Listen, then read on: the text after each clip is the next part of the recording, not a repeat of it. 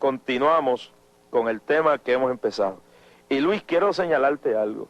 He tenido una serie de llamadas al ministerio de personas que han adquirido libros, no voy a mencionar los nombres en esta tarde, de dos evangelistas, especialmente de un evangelista norteamericano, que son dos, pero especialmente uno, que parece que sigue esta tendencia. En Estados Unidos hay dos evangelistas prominentes norteamericanos que son los exponentes de esta superfe, y la gente ha estado llamando preocupados sobre este asunto, porque estos libros se están vendiendo en librerías y en diferentes lugares en el país.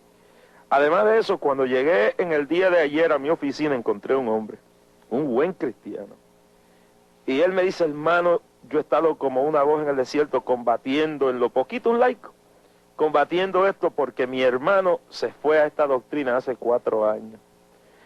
Y cuando mi hermano se fue a esta doctrina hace 4 años, esta doctrina de la fe, que en algunas partes llaman la palabra de fe, la palabra que mueve montañas, o la palabra que mueve edificios, o la palabra que revuelca todo, o fe es la victoria, o fe que triunfa, etcétera, o fuente de agua viva, lo que le quieren llamar. Pues me dice: hermano, mi cuñado y mi esposa eran pentecostales. Y eran gente que estaban en la iglesia y se fueron para allá. Ahora usted no conocerá jamás a mi cuñada. Mi cuñada, desde que entró en esa fe, el hogar está casi destruido. Porque como le han enseñado que no importa cómo uno vista, que uno haga, pues la cuñadita anda por ahí en pantalones cortos. Y voy a decir lo que él me dijo, porque las cosas hay que decirlas. Que ni ropa interior ya creen usar, porque como Dios los ha libertado completamente, pues andan por ahí con una locura. Y el hogar está al borde de la destrucción. Me llegó otra información de un matrimonio de la isla, que como le enseñaron tanto esto de la superfe, pues mire, se volvieron locos. Y ahora había que vestir de lo mejor y había que tener los mejores carros. Y están volviéndose locos porque ahora no tienen con qué pagar todo lo que han comprado.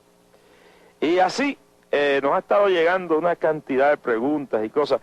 Luis, yo quiero que en el día de hoy hay unas cositas, hay 3 puntos que yo quiero que toquemos en el día de hoy.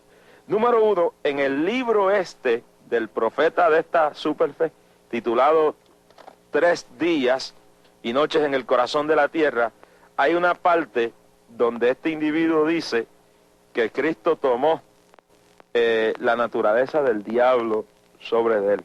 Es decir, esto es una cosa increíble. Ese es el primer punto que quiero que toquemos, donde el individuo dice que Cristo tomó la naturaleza del diablo sobre de él.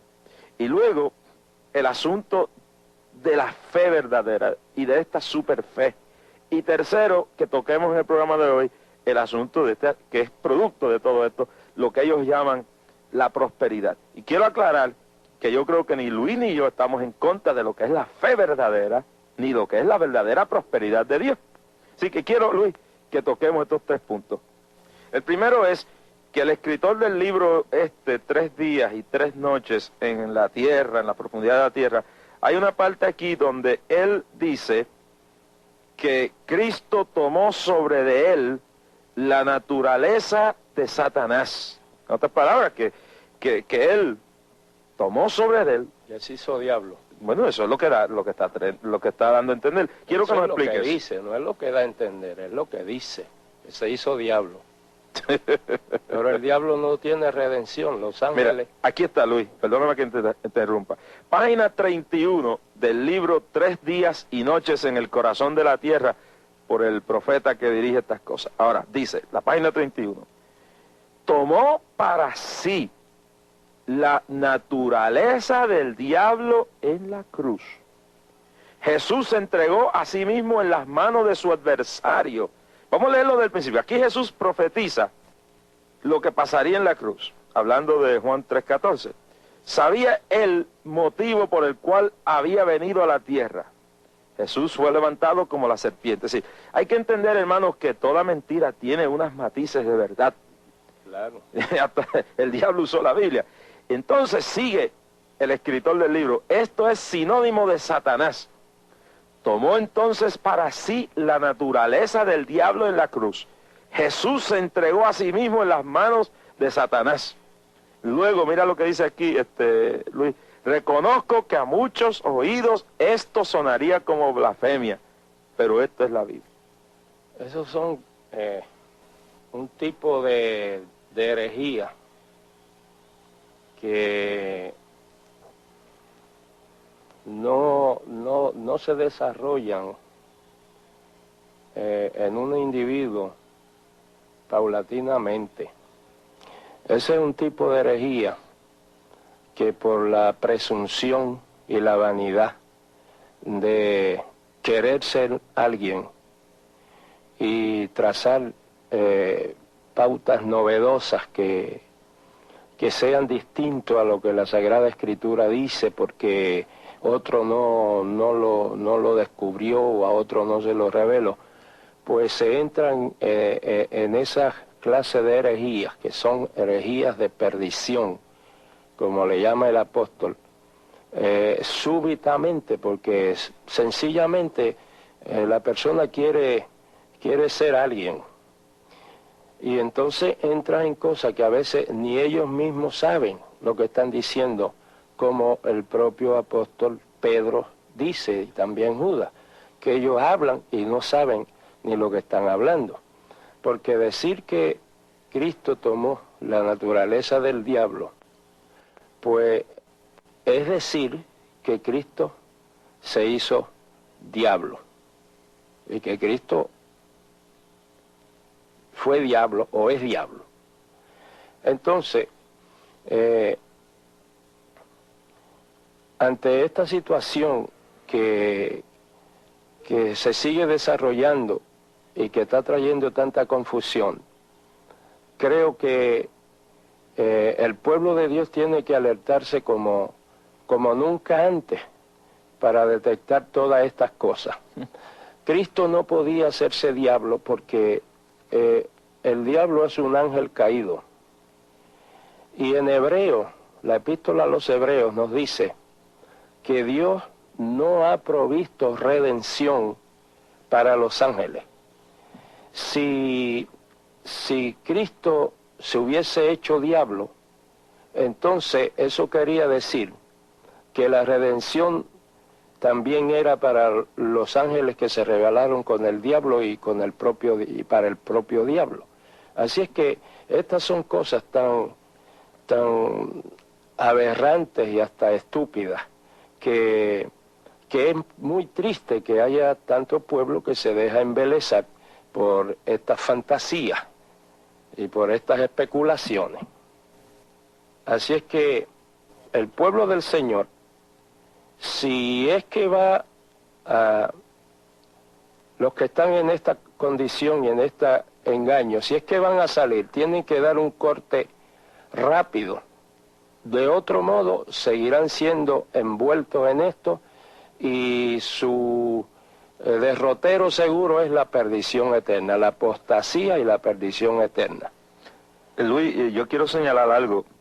Muchos de nuestros pastores y de nuestros ministros no entienden lo serio de esta doctrina porque, como hemos dicho, vamos a discutir el asunto de la fe y de la prosperidad, que es, yo diría que el frosting, es el atractivo de esta doctrina, y la gente no sabe de lo que hay debajo, de todo esto, y la gente cree que están bregando simplemente con una doctrina de gente que cree más que otros en la fe y en las promesas de Dios, y no saben a profundidad la herejía que hay. Mira por ejemplo, en la página 34, hay algo aquí que es verdaderamente herético. Dice, si Jesús solamente hubiera hecho un sacrificio de sangre por los pecados del hombre, eso no hubiese trabajado a cabalidad. Eso es una... Mire, quiero leerlo de nuevo. Es todo lo opuesto. Si Jesús no hubiese hecho un sacrificio de sangre, no hubiese habido redención. Sin embargo, la herejía dice, esta herejía de fe es la victoria, dice, si Jesús no hubiera hecho un sacrificio de sangre por los pecados del hombre, eso no hubiese trabajado, solamente hubiera hecho un sacrificio de sangre por los pecados del hombre, eso no hubiese trabajado a cabalidad. Es decir, que no era suficiente el sacrificio de Cristo. Porque ellos dicen que la cruz fue una derrota. Claro. Y precisamente fue en la cruz donde el Señor molió la cabeza a Satanás y donde Él derramó su sangre. Si el Señor Jesucristo muere ahorcado. Él muere, sí, Él muere, pero entonces sí que no nos redime, porque sin derramamiento de sangre no hay remisión de pecado. De modo que todo eso es de inspiración satánica, todo eso es de inspiración de las tinieblas, todo eso es Satanás. Como Él está molido y Él sabe lo que Él espera, Él quiere llevarse especialmente mucho pueblo que fue de Dios, llevárselo para el infierno, porque a Él le ha salido mejor el negocio de meterse a intérprete de las Sagradas Escrituras. A Él le salió muy mal el negocio de matar millones de cristianos, primero en las persecuciones imperiales del Imperio Romano y después en las llamadas Santas Inquisiciones, que murieron cerca de 400 millones de cristianos, entre esas dos persecuciones, las imperiales y las papales. Entonces él vio que el negocio le iba muy flojo, porque donde mataban a un cristiano se convertían 10 paganos. Entonces él cambió de táctica y se metió a predicador y a intérprete de la Sagrada Escritura. Y el negocio le sale mejor, porque se lleva mucha gente que una vez conoció el Evangelio y conoció a Cristo, y los seduce y los engaña con esas interpretaciones totalmente falsas. Son un ataque frontal a las Sagradas Escrituras, a la veracidad, a la integridad de las Sagradas Escrituras, y es de inspiración diabólica. No importa quién sea ni cómo se llame la persona, es de inspiración satánica. Es el poder de las tinieblas quien está operando en mentes que se prestan para eso. Sí, y Luis, entonces entramos aquí en el tema que es el atractivo de todo eso, y es el camuflaje de esta enseñanza herética. Como toda doctrina herética tiene un atractivo. El atractivo de esta doctrina reside en que la persona aparece citando Biblia y hablando de fe, y luego añade a eso prosperidad, prosperidad, prosperidad, y se le dice a la persona que puede con la fe conseguir cualquier cosa, y que está determinado, que Dios le ha dicho al hombre que lo que atara aquí abajo en la tierra, según la palabra, pues sería desatado en el cielo, y lo que, en otras palabras, se aplica dentro de unos marcos que existen en la Biblia, transversando ciertas verdades de la Biblia. Entonces se le va dentro de esa fe haciendo ver a la persona que puede recibir cualquier cosa por la fe, especialmente en términos materiales, que entonces empieza a decir, no hay razón para que tú no puedas tener un Cadillac o una mansión porque tú eres hijo de Dios y tú lo puedes reclamar. Yo creo que las mejores cosas Dios las ha hecho para sus hijos. Yo no veo nada malo si Dios le da un Cadillac a alguien, o si me regalan un Mercedes-Benz yo lo cojo y lo uso, y si me regalan una mansión también la recibo. Pero también veo un peligro en esto, Luis, porque se le está creando una mentalidad a todo el mundo de que la fe es una cuestión como para conseguir y conseguir y conseguir cosas materiales, y se está cayendo en algo muy peligroso. El mismo nombre suena bonito, pero el mismo nombre conlleva la falsedad que hay detrás. Fe es la victoria, pero no es la fe. Fe es cualquiera, es cualquier fe. Fue fe en Mahoma, no hace nada. Fe en Zoroastro, fe en los santos, fe en los apóstoles, no hace nada. Es fe en lo que Dios dice en la palabra. Pero esta fe es fe en lo que dijo Kenyon y lo que ahora dice este jovencito, que yo le estoy llamando ya a esto, estoy acuñando un nombre para llamarlo kendanismo. Ken por Kenyon y danismo por Dan. Y eso es una cosa nueva, que realmente no es nueva, pero que es que se le añaden tantas cosas, y el demonio le va añadiendo tantas cosas a estas ideas y herejías, que mientras más pasa el tiempo, más cosas se van añadiendo, porque un abismo llama a otro abismo y un error llama otro error. Así es que es fe en la palabra de Dios. Fe en la palabra de Dios lo que trae salvación, lo que trae sanidad, lo que trae bendición, lo que hacen efectivas y operantes las promesas de Dios. Fe en lo que Dios dice, no es cualquier fe. No es en fe en el hermano Ortiz, ni en el hermano Rasky, ni en la predicación de él, ni en el de la mía, ni de nada. Es fe en lo que Dios dice. Priscila y Aquila, tenemos un ejemplo tremendo en el libro de los Hechos. Apolo era muy elocuente, un gran predicador y entendido y sabio en las Escrituras. Pero Priscila y Aquila no querían tragarse todo lo que decía Apolo. Y se metían a la Escritura y consultaban la Biblia a ver si lo que Apolo decía estaba en la palabra de Dios. Entonces todas esas interpretaciones que son un ataque frontal a la Sagrada Escritura, no debería haber creyentes tan infantiles y tan neófitos y tan descuidados y tan ignorantes con relación a la palabra de Dios para tragarse todo eso. Consulten la Biblia, si la Biblia habla claro, y todas estas cosas caen de su peso cuando uno las analiza a la luz de las Sagradas Escrituras. Entonces esto de que fe es lo que lo resuelve todo, no es la fe propiamente, es la fe en Dios y en su palabra. Es decir, no existe aquí, Luis, al decir que fe lo resuelve todo y que fe consigue todo, ahí no pasan dos cosas. Una, no se está eliminando la voluntad de Dios en cuanto a las cosas, y no se está eliminando ahí la soberanía de Dios. Esta palabra, si yo digo que fe lo consigue todo, que fe lo hace todo, entonces no estoy yo eliminando la soberanía de Dios. Uno, es decir, que Dios es soberano para dictaminar. Vamos a coger el caso de una persona que está moribunda. Yo no sé si tú has tenido este caso, Luis, yo lo he tenido.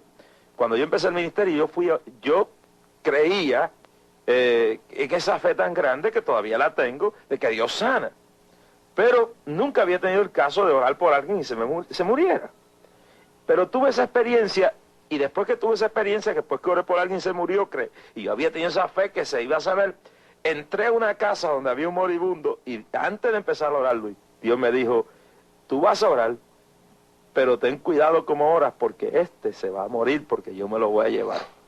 Sin embargo, esta fe excluye la soberanía y la voluntad de Dios de la persona, y le dice, no, si oran por ti no te puedes morir, te tienes que sanar. Todas esas son especulaciones, presunciones y una tendencia a parecer como más espiritual que nadie, como más entendido que nadie, como más espiritual y más sabio y más decidido en la fe. Todo eso es presunción. La verdadera fe nunca funciona independientemente de la palabra de Dios. Cuando hay una fe real, una fe verdadera, una fe bíblica, siempre entra por los canales de las Sagradas Escrituras y de la sabiduría de Dios. Así que nunca opera independientemente para forzar a Dios. Y eso es lo que estas personas están enseñando. Y es una herejía, es una aberración, porque la voluntad de Dios, Dios a veces permite, una gente pide algo, y Dios le da a entender que no, que eso no es de él. Pero la gente sigue y sigue y sigue, y Dios se lo permite. Pero no es que Dios se lo concede, porque es como el caso de Balán, que yo estaba estudiando esta mañana. Balán lo mandó a buscar Barac para que maldijera al pueblo de Israel, que ya se acercaba a la tierra prometida. Entonces, Balaam era un adivino, ¿no?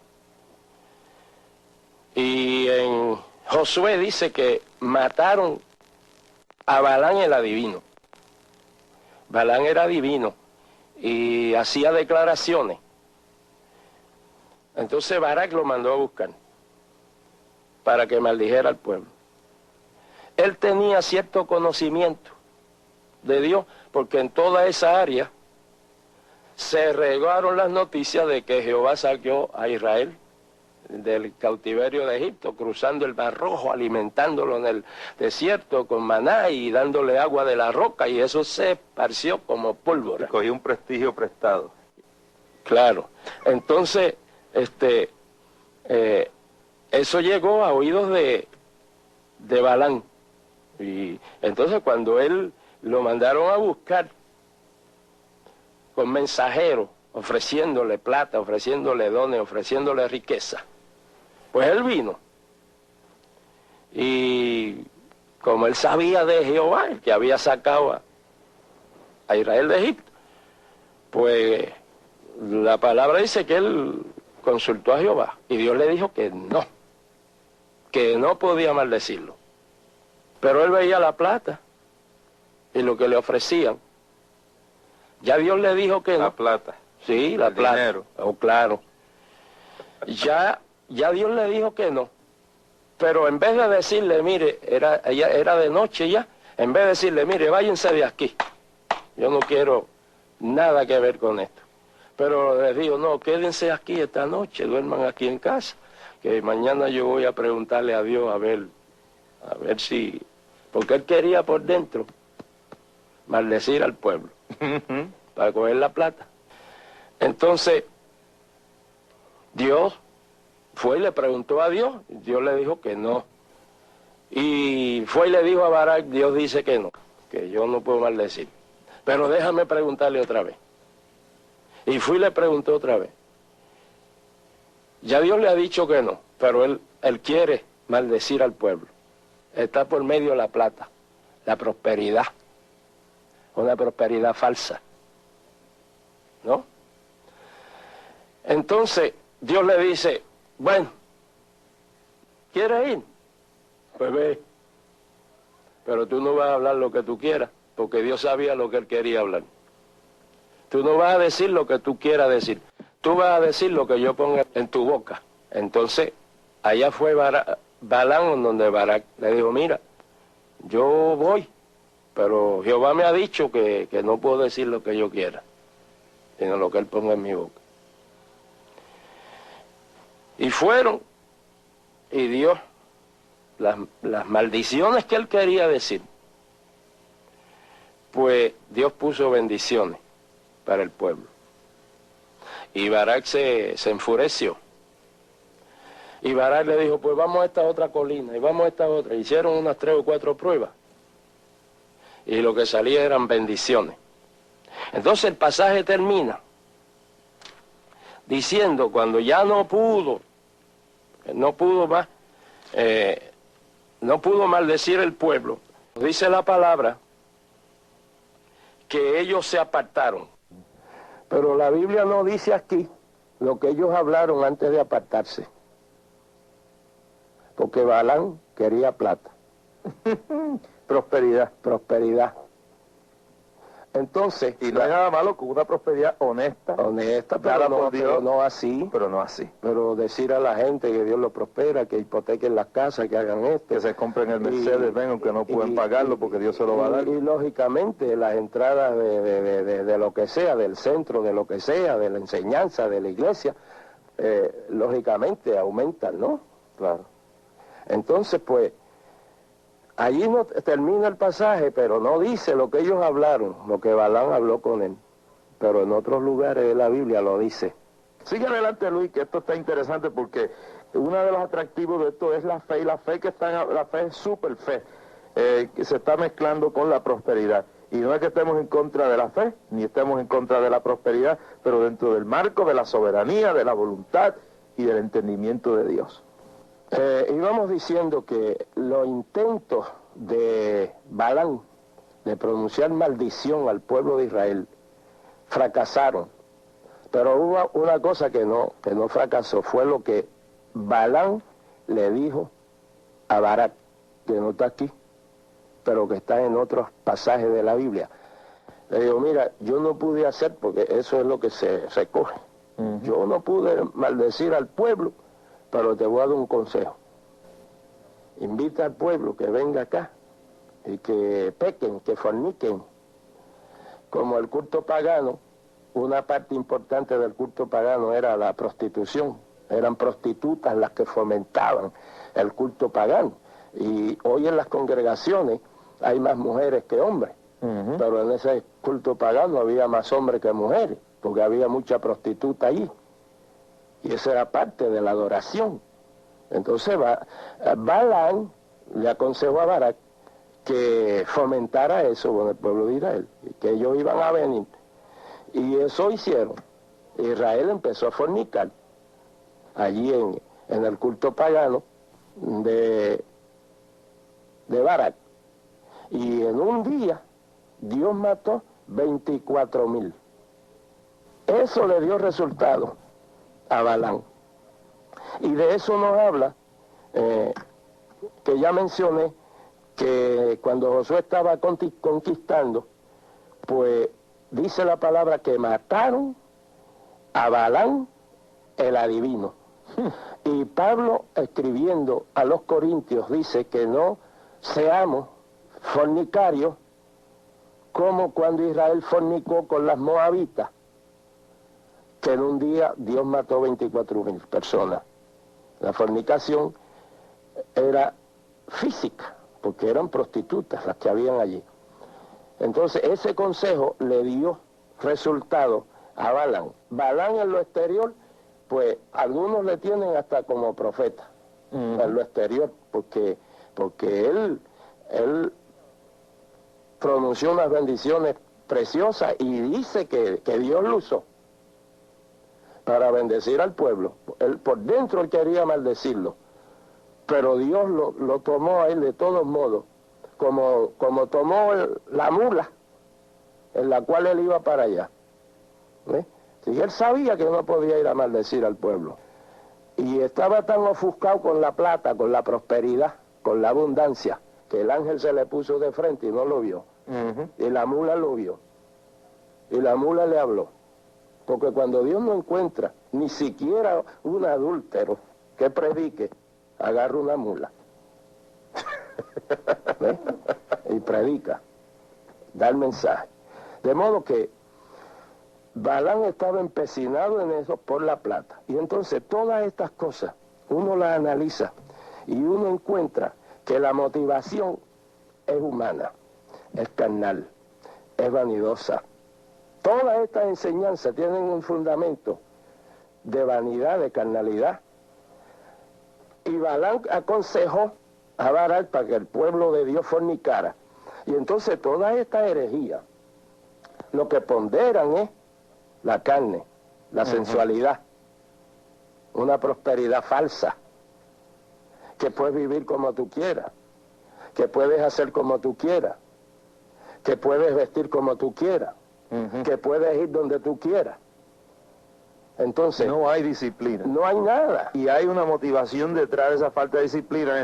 Tomemos por ejemplo, leía yo en un recorte periodístico que lo tengo en la oficina, de una artista conocida, una vedette, que supuestamente se convirtió el año pasado y estaba asistiendo a uno de estos cultos, de esta misma cuestión de la fe, de la victoria, como ustedes le quieran llamar. El asunto es que últimamente, pues en ese artículo que tengo ahí, ella dice que ella ahora no va a usar bikini, porque hay otra ropa que es tan sensual como el bikini, sin tener que ponerse, porque ahora ya está más religiosa. Entonces, claro, en estos lugares tenemos entendido que estos artistas que aún, Luis, no se han convertido bien ni han dado testimonio, pues los ponen a cantar, los ponen a participar y siguen por ahí bailando y siguen por ahí cantando. Entonces, lo que entiendo es que hay una motivación materialista por no tener disciplina para poder seguir, ¿cómo se dice?, sustrayendo, recibiendo el beneficio económico de estas personas, porque piensan, consciente o inconscientemente, de que tocarle y exigirle a la persona es ahuyentarla, y una persona que se le toca ciertas cosas y se le pone cierta disciplina, pues no permanece y no da. Y yo creo que hay unos intereses, como este interés de Balaam, como el interés que había en el siervo del profeta, Jesse. Exacto. Que cuando el profeta, y ahí notemos bien la diferencia de un verdadero profeta de Dios, Eliseo no tenía interés alguno en lo que Naamán traía. Lo rechazó. Lo rechazó. Lo rechazó por completo. Sin embargo, cuando el profeta Eliseo rechaza las dádivas porque vinieron como resultado de este hombre haberse sanado, el siervo del profeta va más adelante y ¿qué le dice? Dame acá que le llegó visita a Eliseo. Dice que había un interés material, y este evangelio que estamos viendo en el día de hoy, no es que uno no cree en la prosperidad. Yo he predicado lo que creo que es prosperidad verdadera, pero inculcarle en la mente que la motivación del cristiano debe ser es puramente humanista, materialista, de conseguir y conseguir. Y entonces, ¿qué sucede con la iglesia, Luis, cuando esto se mete dentro de la iglesia? Pues deja de ser iglesia, sencillamente, y se hace un conglomerado social, religioso, evangélico si quiere, y hasta pentecostal si quiere. Deja de ser iglesia, porque la iglesia es el cuerpo de Cristo. Y la iglesia, según el cuerpo humano, funciona gobernado por la cabeza, y todas las directrices emanan del cerebro a todo el cuerpo. Así Cristo es la cabeza, pues Cristo es el que guía y gobierna la iglesia. Entonces, cuando nosotros queremos hacer lo que nosotros nos gusta hacer y no seguimos la dirección de Dios en su palabra, porque es que la palabra de Dios no se puede suplantar. No hay mensaje en profecía, no hay lenguas, ni hay interpretación, ni hay revelación, ni hay ángel que pueda sustituir la palabra. La palabra es lo fundamentalísimo. Todo lo que tenga armonía con la palabra se puede escuchar. Todo lo que se salga de la palabra no vale la pena uno ni escucharlo. Sea mensaje en lengua, sea interpretación, sea profecía. Yo los meto enseguida a la palabra. Si no me cuadra con la palabra, ni me quita el sueño, ni nada. No importa quién sea. No importa quién lo dijo, no importa lo que dijo, si es que no está con la palabra, aunque me digan lo que me digan, no me interesa. Si no tiene armonía con la palabra de Dios, no vale nada.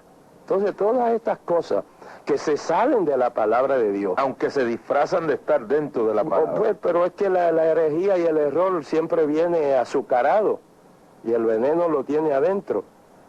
Aunque parezca palabra de Dios, aunque tenga terminología de la Biblia, pues, si no, en un análisis con la Biblia, no cuadra con la Sagrada Escritura, pues lo mejor es rechazarlo.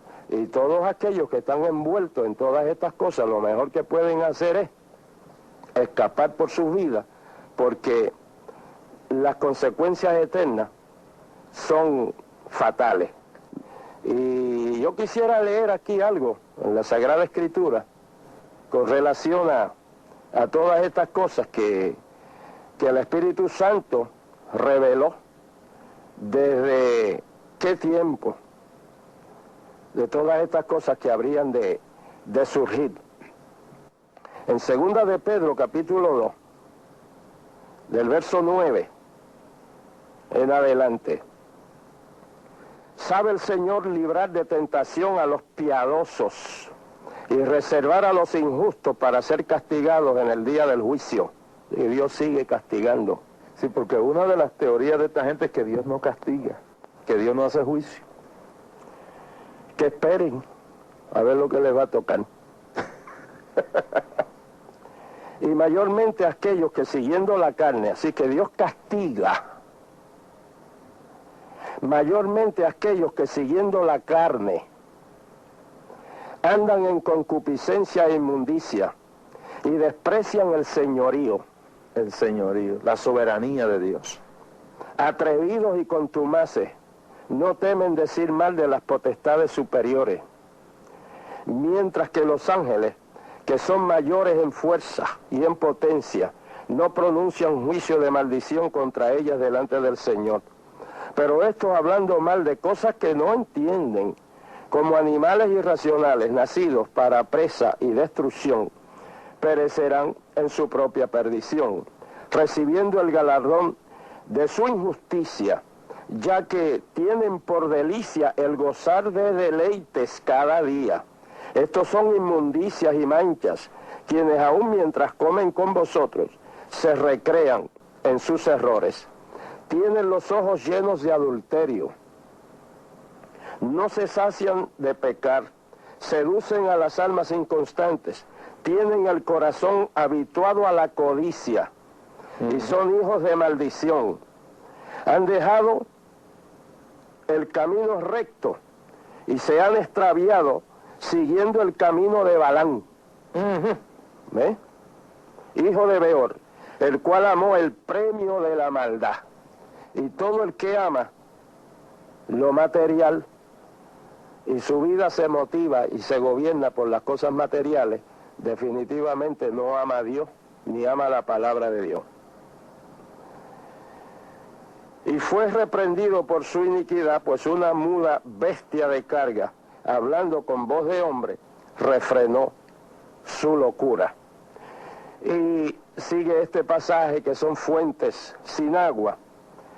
Y vamos a Judas un momentito. Nubes erráticas. Eso.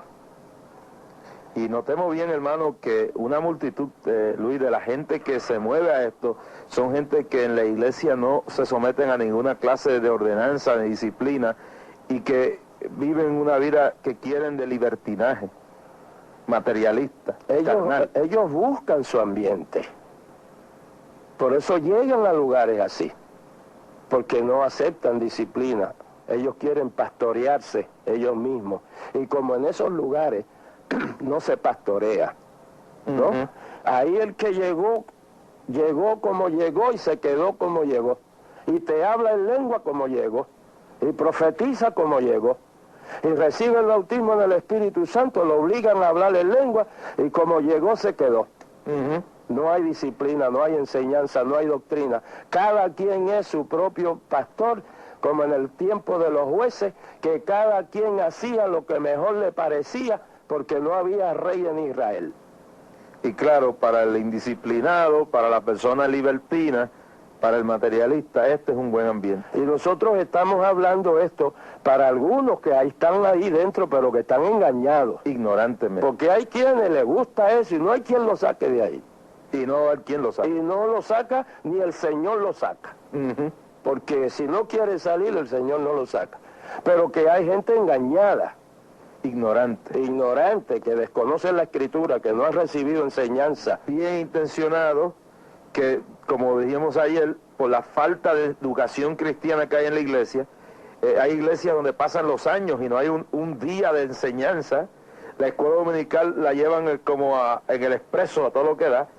Los maestros no se preparan, no hay educación, hay hambre de aprender. Pues estas personas van y caen en estos centros que llaman de enseñanza, pero que son de herejía. Exactamente.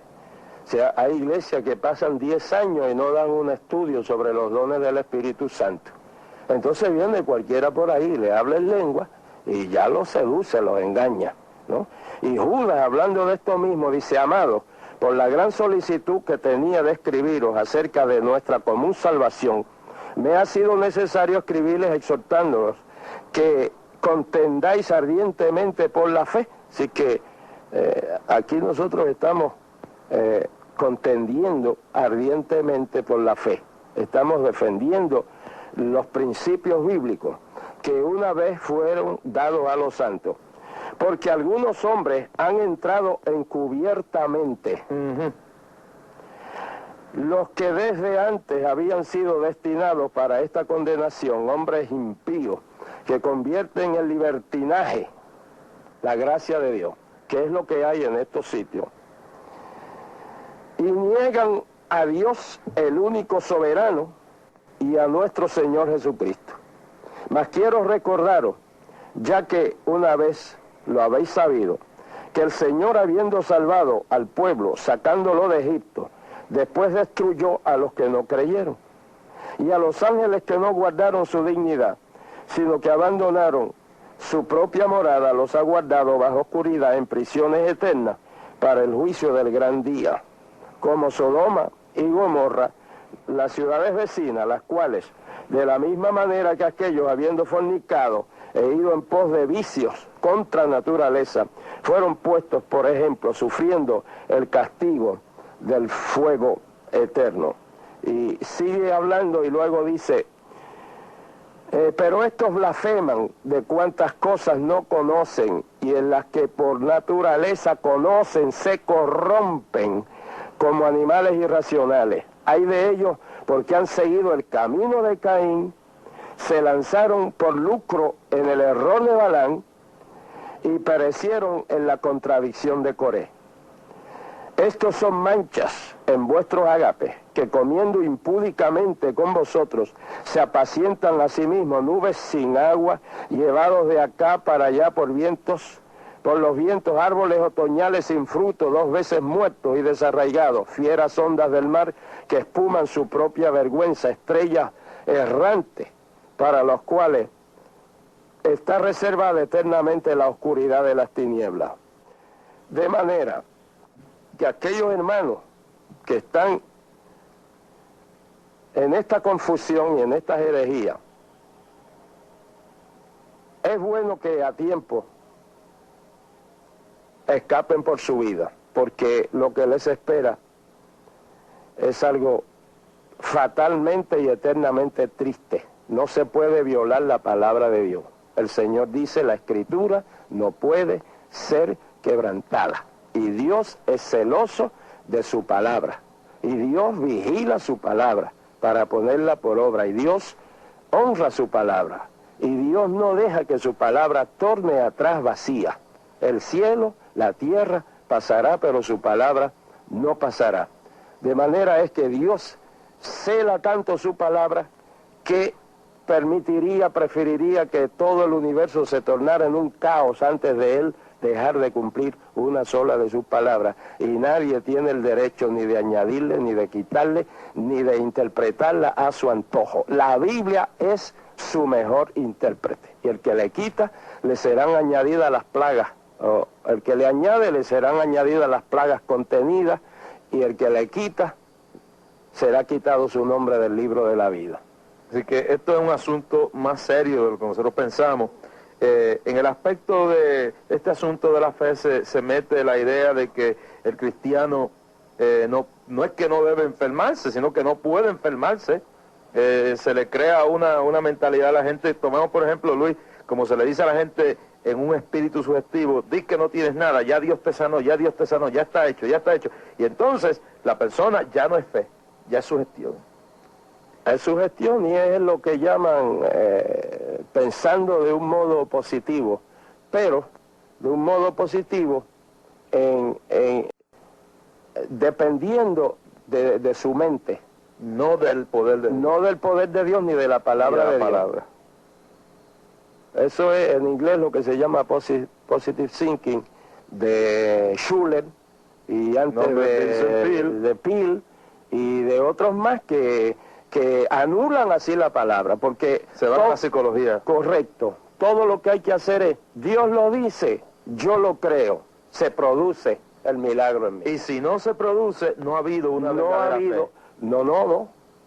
Si no se produce, porque hay casos, cuando uno pide una cosa y es sincero en su fe. Amén. Pero Dios ve y no se lo quiere dar. No se lo da porque lo que le conviene es otra cosa. Y le da una cosa mejor. Yo he estado en una campaña donde ha habido 20,000 personas y ha estado lloviendo, pero a chorro, ¿no? Y yo, antes de empezar a predicar, pues le he pedido a Dios que cese la lluvia,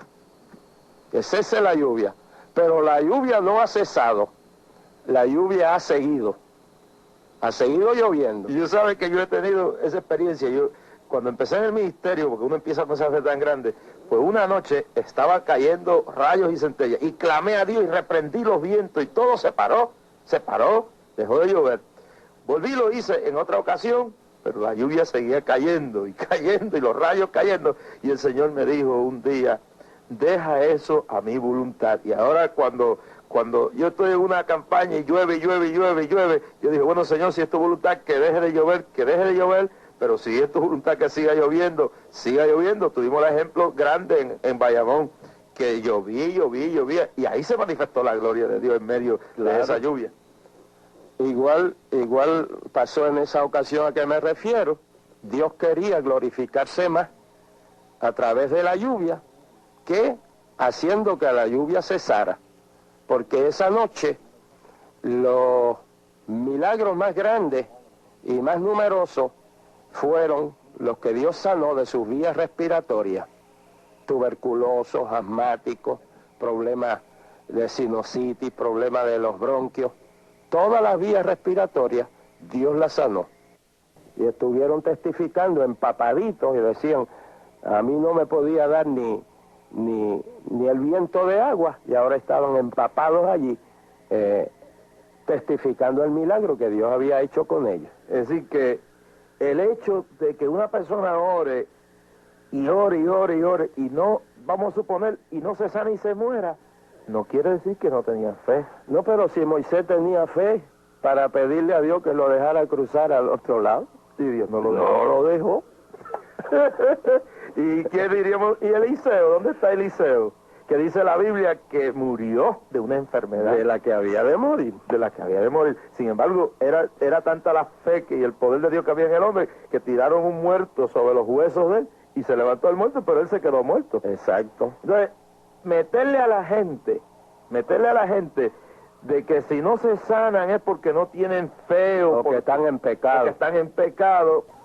Luis, el asunto es este, es decir, que tenemos que entender bien claro, decirle a una persona, mira, si el cristiano no puede morir hasta cierta edad, y que este es otro de los que si muere antes de los 70 años de edad, pues está fuera de la Biblia o está mal. Si se enferma, está en pecado. Sí, que uno escoge la fecha que se quiere morir. Esa es parte de la enseñanza, que uno mismo determina. Entonces, se elimina la soberanía completa de Dios de este asunto, y se elimina la voluntad expresiva de Dios en este asunto. Bueno, ¿y por qué casos que han habido de personas que están en esto, que el padre le ha dado cáncer? Entonces, ¿dónde está la fe? Y entonces, como la enfermedad del padre o de la madre o de quien sea no armoniza con lo que enseñan, entonces vienen y sacan la familia de Puerto Rico para que se muera por allá en otro lado. La exilian. Sí, para que se muera por allá, porque la realidad de la enfermedad y de la muerte, porque si uno fuera a escoger la muerte, a veces uno mismo ha dicho, Dios mío, ya está bien, mándame a buscar. Pues eso no es asunto de uno, eso lo determina Dios, y nadie puede escoger su muerte. Entonces, tienen casos así, tienen que mandarlo para otro lado, porque la realidad de la enfermedad y de la muerte echa por tierra toda la enseñanza. Claro. Entonces, Dios a nosotros no nos ha prometido que no nos vamos a enfermar. Esa promesa tú la buscas de tapa a tapa en la Biblia y no la encuentras, porque la enfermedad está dentro del pecado que Dios dijo que morirán, y físicamente y espiritualmente. Así que de algo tiene que morir uno. Y la enfermedad es una muerte a plazo, es el mismo proceso. Así es que Dios no ha prometido que no nos vamos a enfermar. Ahora sí Él promete sanarnos. Y todavía hay casos cuando se ha orado y ha habido fe, pero Dios en su soberanía ve mejor y sabe mejor, y la persona no ha sanado, porque nadie quiere que ningún ser querido se muera.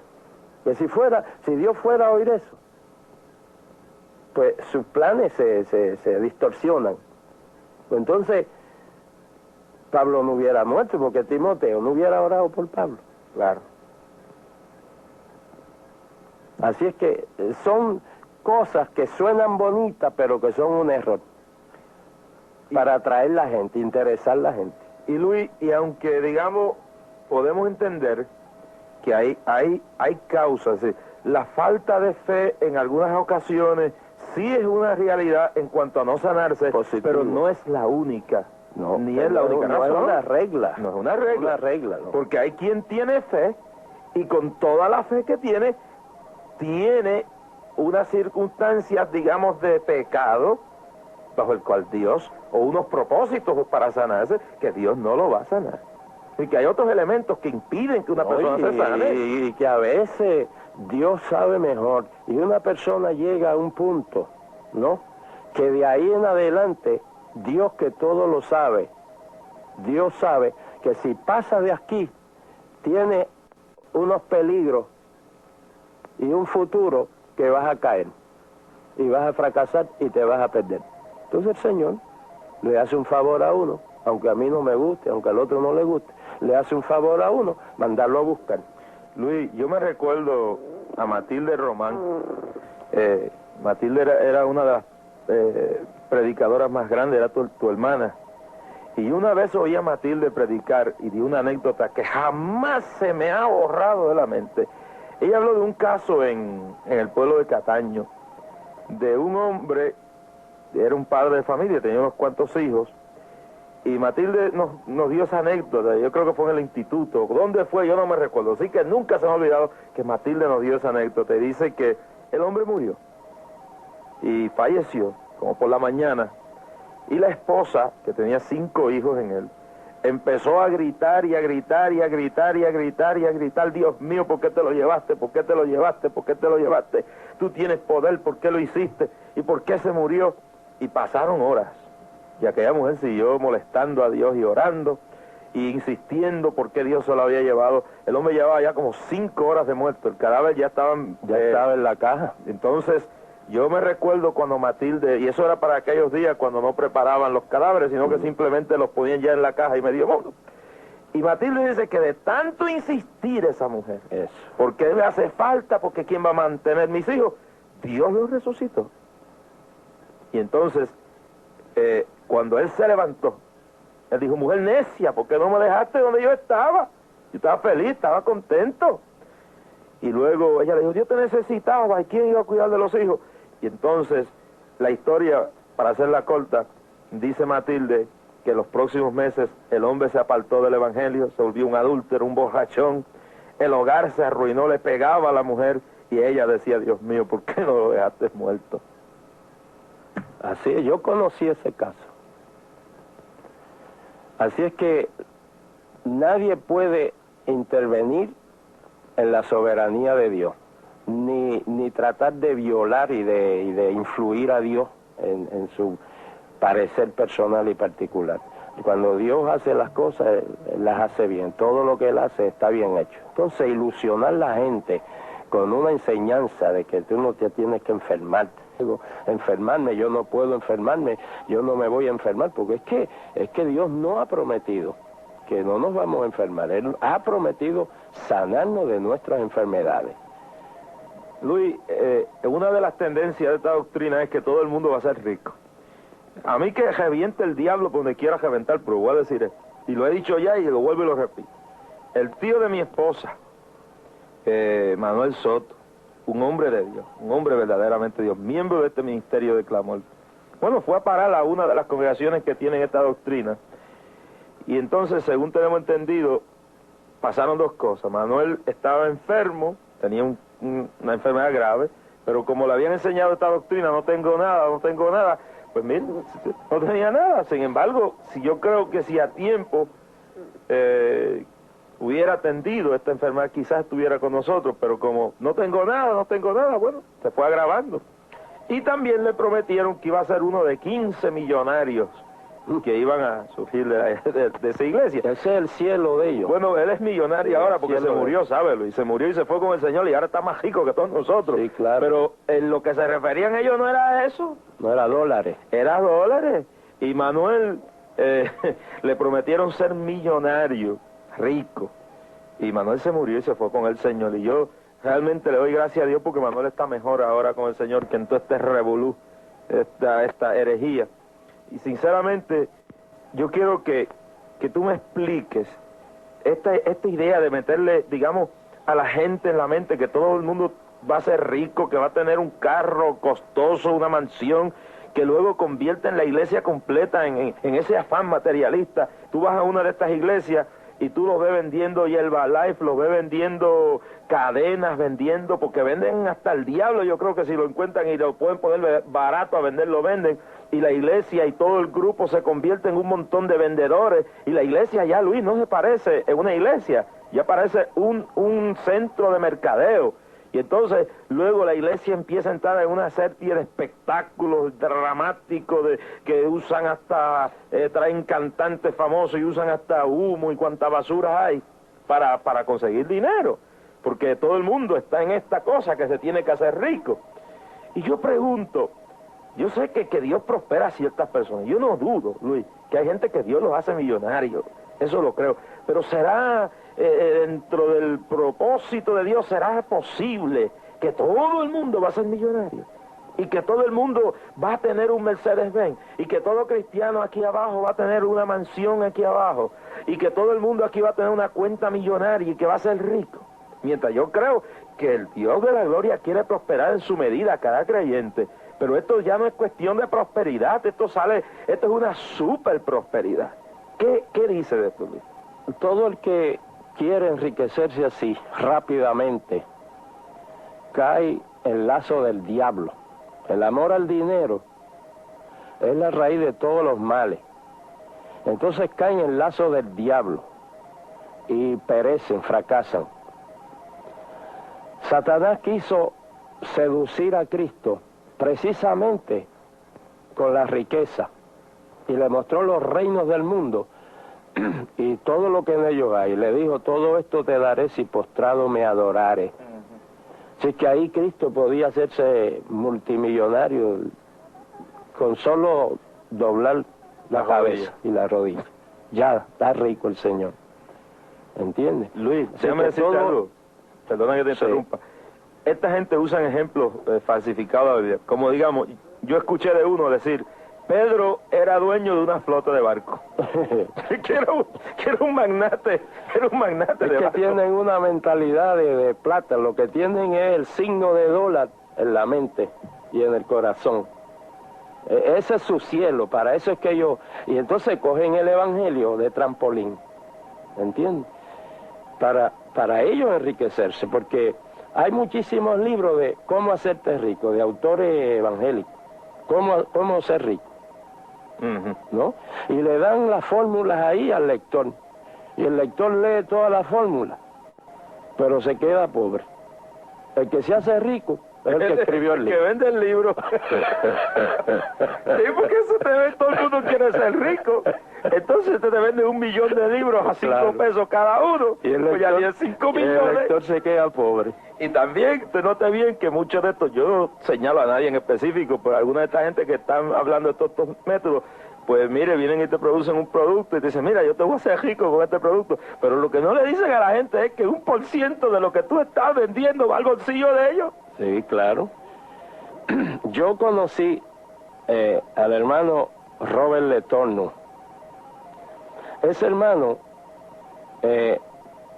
cuando los automóviles empezaron a salir en la década del 20, pues él fue de los pioneros en el silenciador, en el muffler, silenciando las explosiones del motor.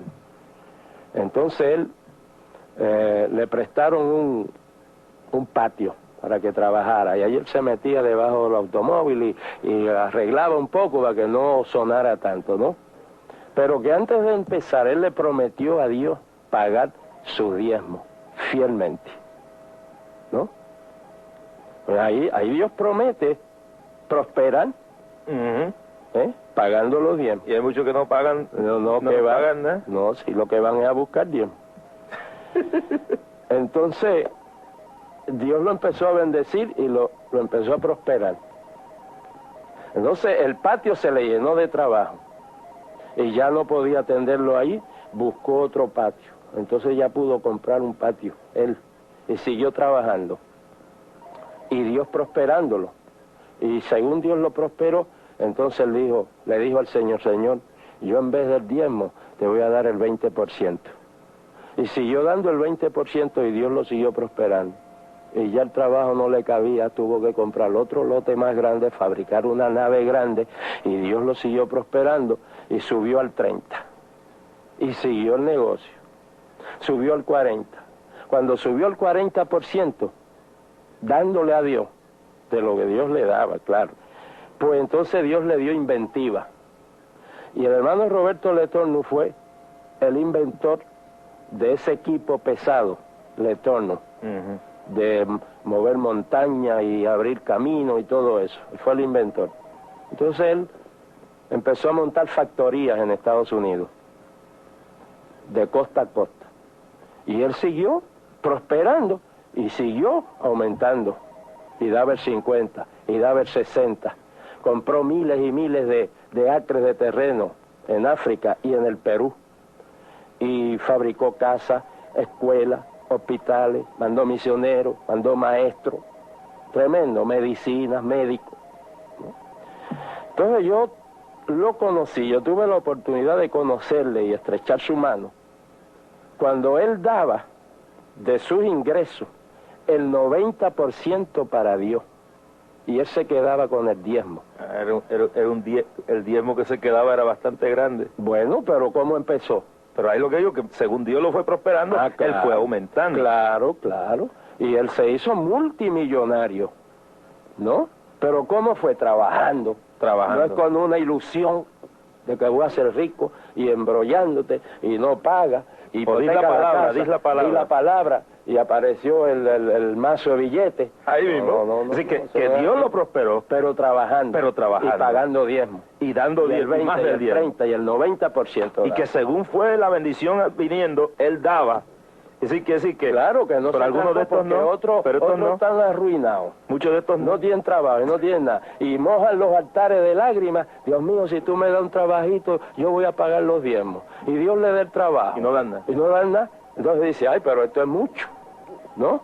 Pero él cumplió con Dios. Y según Dios lo iba bendiciendo. Según Dios lo bendecía, él daba. Y más. Según él daba, Dios lo bendecía más. Por eso trabaja. Pero algunos de estos ni dan ni... No, esa es la única persona que yo he conocido. Algunos de estos en la teoría, dame, pero no dan nada. La única persona debajo del sol que yo he conocido que ha estado justificada a quedarse con los diezmos, porque daba el 90%. Y quien quiera quedarse con el diezmo, que dé el 90%. Pero, y si no da ni el diezmo ni el 90%, es ladrón, dice la Biblia. Así es, Luis. Bueno, hermano, están escuchando ustedes una versión prolongada hoy de la cadena de clamor a lo largo y lo ancho de Puerto Rico, la República Dominicana y la ciudad de Chicago en el día de hoy. Realmente esto es lindísimo lo que estamos viendo aquí. Sí. Y Luis, yo creo que en esto de la prosperidad, yo no dudo que Dios nos quiere con lo mejor. Ahora, no todo el mundo está preparado para tener un Cadillac, ni para tener un Mercedes-Benz. Yo he conocido de gente que mientras no tenía nada más que una chatarrita, eran humildes. Sí, y buscaban a Dios. Pero una vez prosperaron con un buen carro y mucho dinero, búscalos donde están y no los encuentran. Quiere decir que Dios tiene que la soberanía de Dios, la voluntad de Dios tiene que operar en este asunto, porque hay quien tiene capacidad para tener un Mercedes-Benz, una cuenta de carro, una mansión, para prosperar. No todo el mundo es un Literni. Literni tenía la capacidad de nunca olvidarse de Dios. Claro. Pero, ¿qué decía el salmista? No me hagas tan rico que me vaya a olvidar de ti, ni tan pobre que te vaya a maldecir. Y también el Señor Jesucristo dijo, a los pobres siempre los tendréis con vosotros, mas a mí no siempre me tendréis. Así que es mejor ser pobre y tener a Cristo y no querer enriquecerse amando al dinero y perder a Cristo. Y Jabes en Primera de Crónicas, Jabes oró una oración bellísima. Y Jabes fue más ilustre que sus hermanos, al cual su madre llamó Jabes, diciendo por cuanto lo di a luz en dolor. Y Jabes significa dolor. E invocó Jabes a Dios, al Dios de Israel, diciendo, oh, si me dieras bendición. Así que él no dijo, dame bendición, me tiene que dar bendición, porque yo tengo fe. Sí, o me tienes que dar eso. Sí, me lo tienes que dar. Me tiene que dar ese cajo, porque ese es el que yo quiero. Sí, no, hay gente que dice, usted lo oye diciendo, no, yo trato a Dios de tú a tú. Pero si yo te digo, mira, yo tuve una experiencia en estos días, y yo estaba pensando comprar cierto automóvil, y estuve varios días en oración, el Señor me habló y me dijo, ese no es el automóvil que yo quiero para ti. Claro, Él sabe mejor. Si Él es el que manda. Exacto. Si me dieras bendición y ensancharas mi territorio, y si tu mano estuviera conmigo, y me libraras del mal para que no me dañe. Me libraras del mal para que no me dañe. Si es que Él pide bendición, pero no quiere tanta como para que se vaya a dañar. Entonces hoy lo que hay es mucha gente que su foco es, su visión es enriquecerse, hacerse rico en bienes materiales, mientras son pobres espiritualmente. Y a la iglesia, de una de las iglesias de Apocalipsis, Dios le dice, tú dices que eres rica, la Odisea, pero eres pobre, miserable, cuitado, ¿no?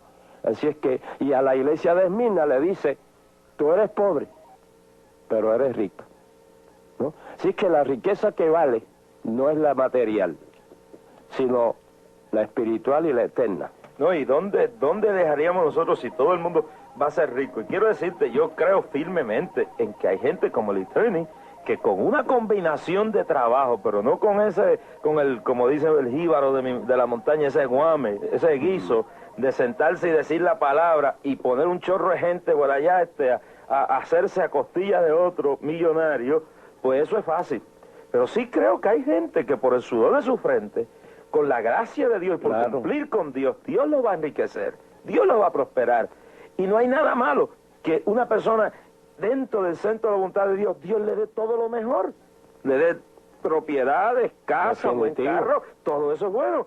Pero ahí donde caemos el asunto es que se le meta a la gente que un sinónimo de estar bien con Dios es tener un buen carro y una buena casa, y que no tenerlo es un sinónimo de estar mal con Dios, y esto no es relevante a la palabra. Ese era el concepto que tenían los judíos, que el que tenía plata, Dios estaba con él. Ajá. El pobre, no. Por eso cuando Jesús vino humilde, vino pobre. Ajá. ¿No? No nació en el Sheraton. Eso. No vestía no de nació club en el palacio de Herodes, ni en el Sanedrín, con los potentados y los grandes. Nació en un pesebre porque no hubo lugar para él y los animales lo acogieron, ¿no? Entonces los judíos lo menospreciaban, y Isaías lo previó y dice, menospreciado, despreciado entre los hombres, varón de dolores. Así es que Cristo no vino lleno de grandeza y de riqueza porque la verdadera riqueza no es la del dólar, ni de los diamantes. La verdadera riqueza es tener a Cristo realmente en el corazón. Luis, yo vi un predicador de estos que habla en los Estados Unidos de este tema, y llegó al Madison Square Garden a predicar. Yo no le critico el que llegue en una limusina, si Dios le da una limusina está bien, pero se veía la diferencia entre lo que es un verdadero siervo de Dios. Cuando se apeó del carro, venía forrado en una piel de esas carísimas.